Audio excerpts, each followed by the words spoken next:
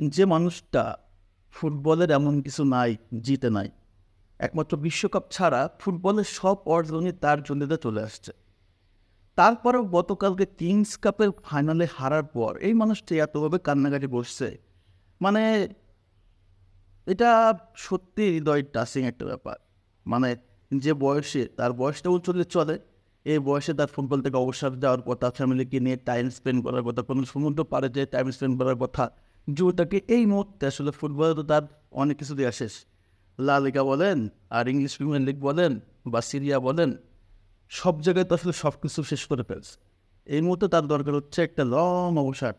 তারপর next time হয়তো যদি কোচিং ক্যারিয়ারটা শুরু করতে চাই, সেটা পরে ব্যাপার। বাট এই বয়সে এসে কিংস কাপের ফাইনালে হেরে যেভাবে মানুষটা আসলে কান্নাকাটি করছে, এটা একটা মানুষের ফুটবলের প্রতি কতটা ডেডিকেশন থাকলে এটা আসলে আসে, এটা ক্রিস্টিয়ানো রোনাল্ডোকে দেখলে বোঝা যায়।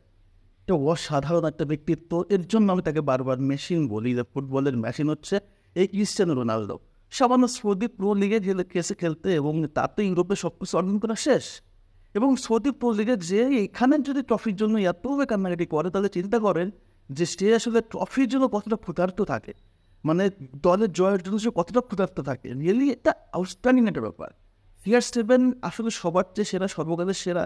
আমি বেস্ট ব্যক্তিগতভাবে CR7কে কেন সর্বকালের সেরা বলি, কারণ ভাই সবার চেয়ে, সব প্লেয়ারের চেয়ে ফুটবলের প্রতি তার ইমোশনস, ফুটবলের প্রতি তার আবেগটা এবং ফুটবলের প্রতি তার যে ডেডিকেশনটা, সেটা সবার চেয়ে ডিফারেন্ট, সবার চেয়ে আলাদা।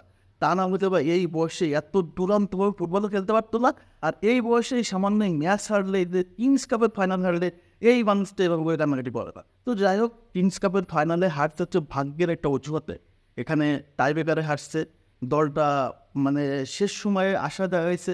প্রথমে তো আদেলার মনে করেন ফার্স্ট একটা গোল করে ফেলছে, মেট্রোবিসের একটা গোলে কিন্তু আদেলার আগায় যায়, এবং শেষ সময়ে আইমান সাদিকের গোলে কিন্তু আল নাসের কামব্যাক করে এবং সমতা ফেরায়। এবং শেষ সময় পর্যন্ত যখন 1-1 ড্র থাকে, তখন তো আসলে ফাইনাল ম্যাচ, এখানে ফাইনাল ম্যাচের রেজাল্টটা বেরোবে অবশ্যই টাইব্রেকারের মাধ্যমে, এবং টাইব্রেকার হয় এবং ক্রিস্টিয়ানো রোনালদো কিন্তু তার কাজটা ঠিকই আসলে পারফেক্টলি পূরণ করে।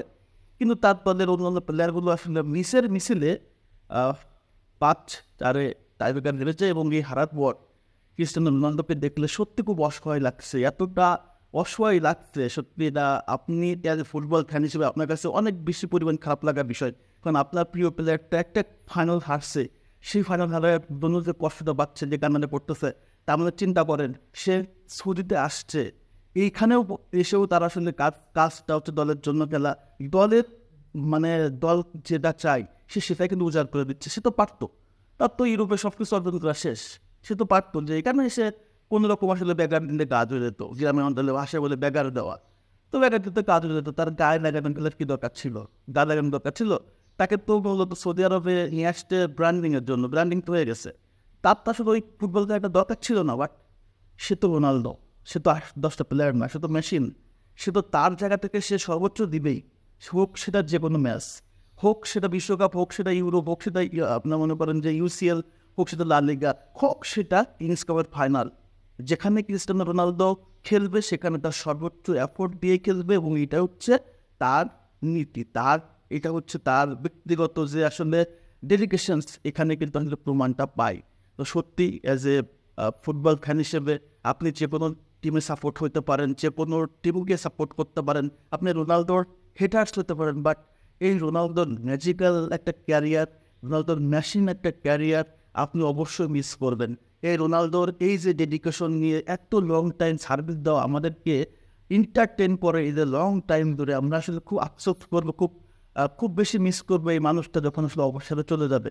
এই জন্য এই মানুষটার এখনকার খেলাটা আমাদের শুভ করা উচিত। তো যাই হোক, আল নাসের এবং আল হিলালের কিংস কাপের ফাইনাল যেটা ছিল, সেটা আসলে টাইব্রেকারেই নির্ধারণ হচ্ছে, ভাগ্যের একটা নির্মম পরিহাসেই আসলে জিতছে আল হিলাল। বাট সবার মন জয় করে ফেলছে এই ম্যাচে ক্রিস্টিয়ানো রোনালদো। শুধু আর না, প্রতিদিনই আসলে সে সবার মন জয় করে, এবং তার কাজই হচ্ছে মাঠে পারফরমেন্সে দর্শকদের মন জয় করা। তো ভালো থাকবেন রোনালদো, আপনি সবসময় দলের জন্য খেলেন, এটা সবাই জানে, আমরা জানি। আপনি এভাবে খেলতে থাকেন, এবং আপনি যতদিন মাঠে আছেন ততদিন পর্যন্ত আমরা আনন্দ পাবো। তারপরে হয়তো বা এই আনন্দটা আমরা খুব মিস করবো।